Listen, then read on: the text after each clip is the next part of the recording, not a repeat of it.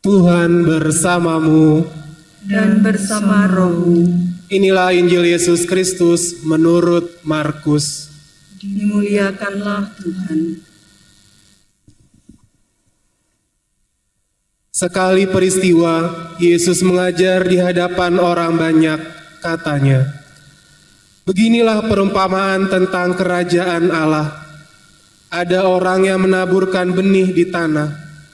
Pada malam hari ia tidur dan pada siang hari ia bangun.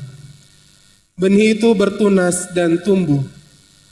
Bagaimana terjadinya orang itu tidak tahu. Bumi dengan sendirinya mengeluarkan buah, mula-mula tangkainya, lalu bulirnya, kemudian butir-butir yang penuh isinya dalam bulir itu. Apabila buah itu sudah cukup masak, orang itu segera menyabit sebab musim menuai sudah tiba." Yesus berkata lagi, "Dengan apa kita hendak membandingkan kerajaan Allah itu? Atau dengan perumpamaan manakah kita hendak menggambarkannya? Hal kerajaan itu seumpama biji sesawi yang ditaburkan di tanah.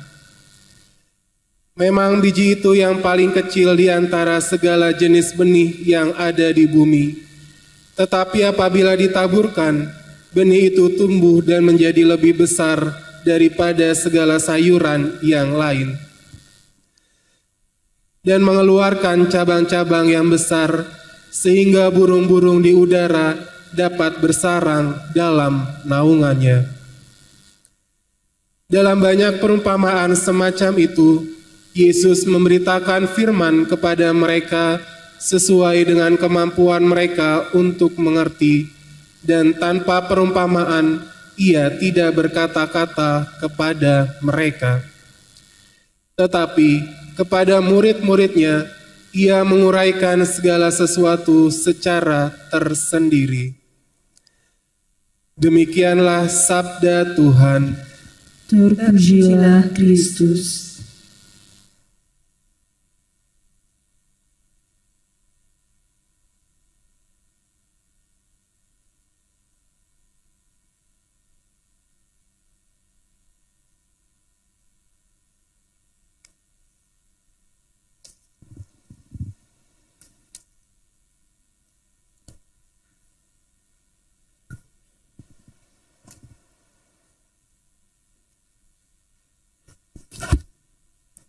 Bapak, Ibu, saudara-saudari semua, selamat pagi. Secara khusus Romo Hari, selamat datang di Bekasi. Ya, jadi Romo Hari ini belum pernah ke Bekasi. Jadi hanya dengar-dengar di internet. Katanya Bekasi itu gersang. Bekasi itu ada di ujung planet, ya. Ternyata sampai sini luar biasa, bukan?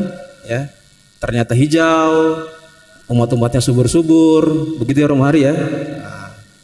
Jadi Bekasi itu sesuatu yang sangat indah, begitu ya.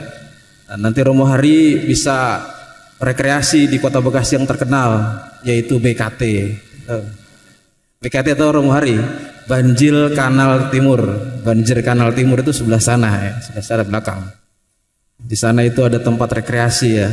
Ada yang jualan makanan, minuman, ada susur sungai juga. Tapi jangan dimasukin karena bisa hanyut sampai ke laut nanti. Bisa naik sepeda sampai ke sana. Bekasi zaman dulu tahun 60-70 mungkin seperti yang diberitakan. Tetapi yang namanya proses sampai tahun 2021 ini pasti yang sudah mengalami tinggal di Bekasi lama mengikuti proses yang luar biasa. Jadi Bekasi tidak ketinggalan dengan DKI. Mungkin setengah atau 0, sekian di atas, di bawah DKI lah begitu ya. Bapak, Ibu, saudara-saudari yang terkasih, bicara soal proses, kadang-kadang kita itu banyak mengeluh soal proses, banyak orang komplain soal proses. Padahal proses itu kan sesuatu yang sangat baik. Proses itu menuju pada kebaikan, dan proses itu pasti akan susah diikuti. Nah, yang namanya proses itu pasti ada tahapan. Seperti saya tadi katakan, Bekasi saja dari dulu yang dikatakan planet terjauh, sekarang sudah sebentar lagi ada jalan rayanya, itu ada layangnya. Wah, sebentar lagi di belakang jalan tol ya. Perumahan sudah banyak. Proses lama, susah, tapi baik hasilnya. Dan kebanyakan dari kita mengalami juga proses dalam hidup kita. Seperti saya katakan, tidak sedikit ya, hampir 60% orang dalam proses itu banyak mengeluh dan komplain. Saudara-saudari terkasih, tentu pasti kita mengalami yang namanya proses itu tidak menyenangkan. Banyak hal yang dibentuk melalui proses.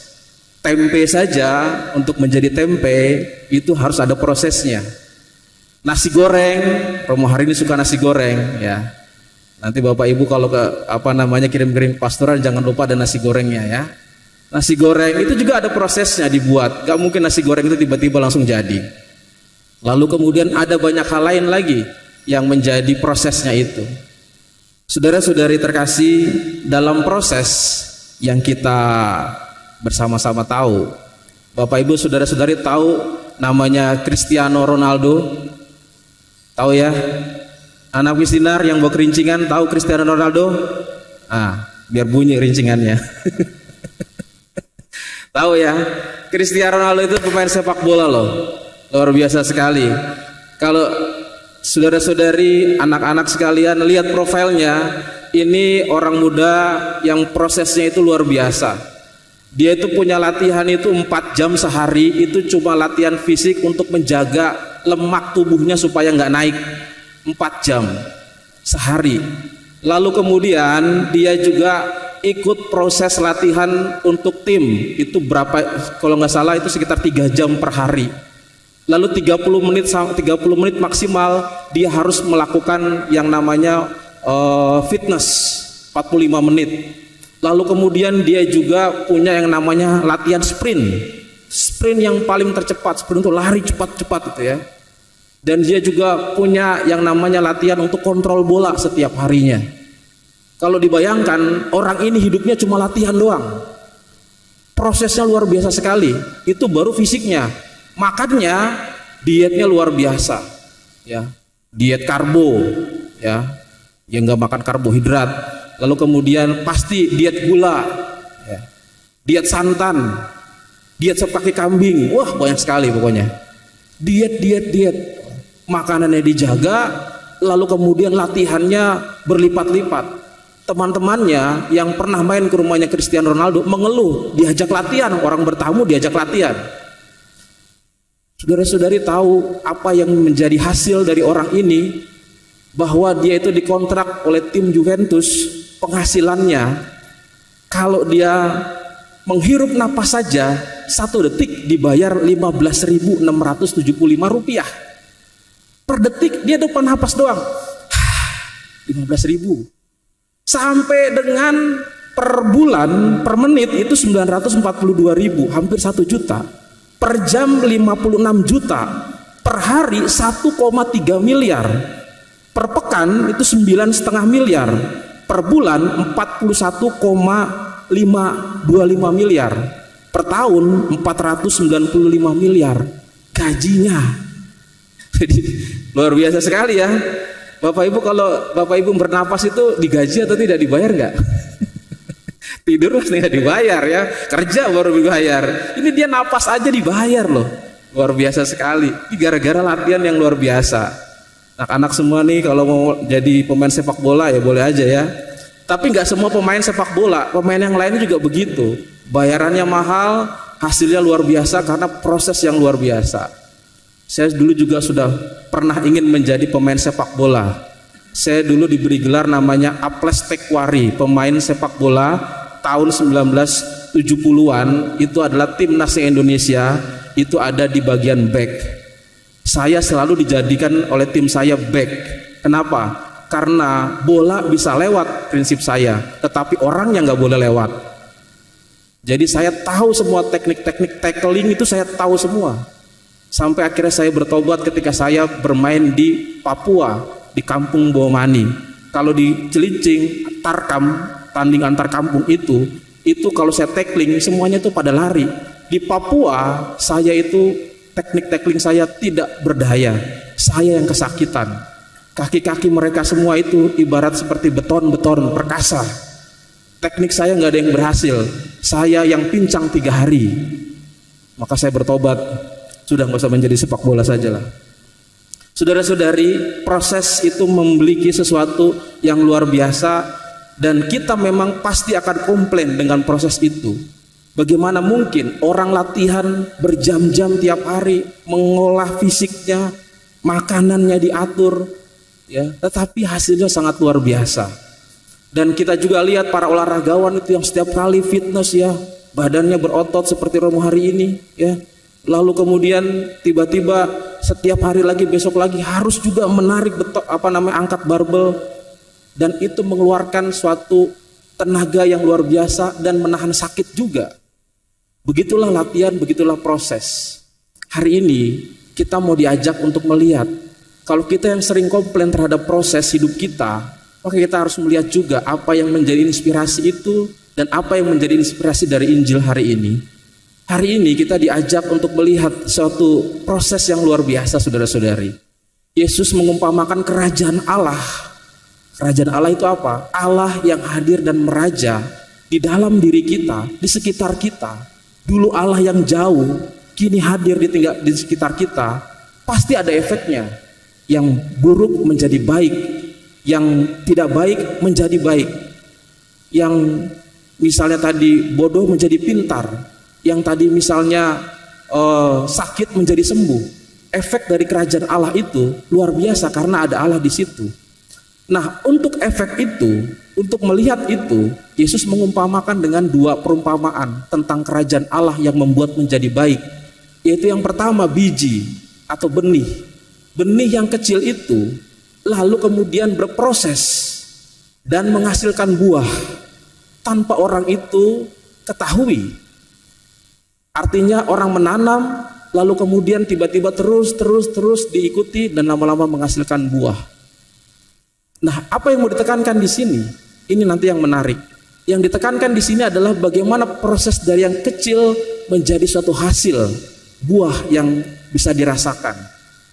Yang kedua, prosesnya adalah dari biji sesawi yang kecil menjadi biji yang kita lihat benih itu sangat kecil menjadi pohon yang sangat besar yang bisa bertengger burung-burung. Jadi benih itu kan kecil, tetapi ketika prosesnya berlanjut menjadi pohon yang besar, itu bahkan burung pun bisa bersarang di situ.